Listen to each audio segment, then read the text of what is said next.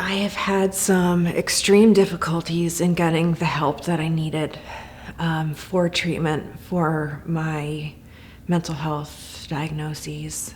I have thousands and thousands of dollars of medical bills that I'm still paying off.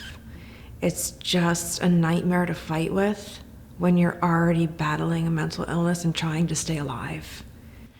I was a freshman in high school, and it had been about a month into the school year. I was doing sports, and I just remember every day coming home and taking like 4-hour naps, and not doing my homework as much, wanting to, or sometimes even just skipping practice a lot more, which was really strange for me, just because I was cheerleading, I had been doing this sport already for like 10 years, and it was something I was super, super passionate about.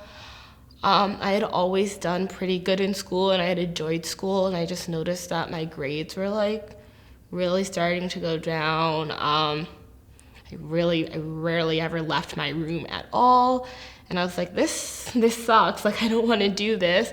And so I had remembered that my school's guidance counselor had a resource room, so I went there. I was really nervous when I first went, to my mother especially. In the Black community, there's like an extra stigma around mental illness where like we're not really supposed to talk about it or like have it at all. And I do attribute a lot of my fear to that. I went to a social worker, and I was embarrassed and ashamed.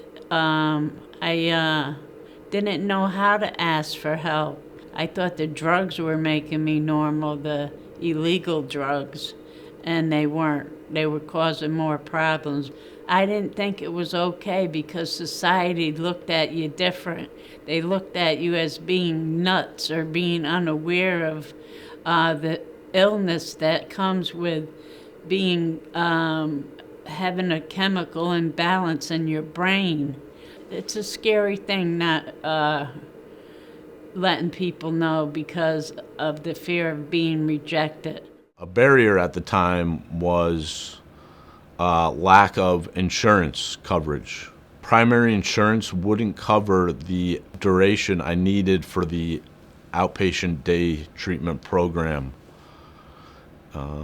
The average stay is about a year at the schizophrenia rehab program, if not more. It's important to have access to treatments without bankrupting yourself and your family. I'm legally disabled, so I receive benefits from the state for emotional disturbances. Your therapist has to fill out paperwork for you to keep those benefits. I've had therapists completely make those documents glowing, and I've lost my benefits, and my parents have had to hire an expensive lawyer to keep them. And those benefits keep me fed and housed while I'm a full-time student. So we have several services here in Connecticut for those with mental health, but accessing them can be difficult, can be very difficult. The issue becomes money, right? It's always about money when we're talking about mental health. You make these recommendations, but then the services don't exist. So in order to get services, and even as an adult now, while I'm advocating for other children and other adults in the community, if you're not up in arms and upset and yelling and screaming for your rights and for your life, really, or your child's life, then you're not addressed because people are too busy putting out fires. When I first started searching for a therapist, I wanted to ensure that I had a therapist that could use American Sign Language, as opposed to a therapist who couldn't sign at all. And I was fortunate enough to find a therapist that could sign and have access to that service. Also, when I need to speak with my psychiatrist regarding my medication, I use an interpreter. So I feel like I have pretty good access to that service as well. Right now, having a therapist that can sign, I have better access. I don't have to use an interpreter, which can at times feel like a conflict of interest. And also, it can be uncomfortable having a third person in the room.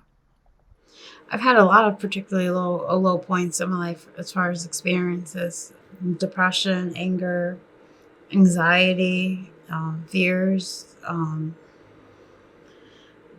it's very, very tough.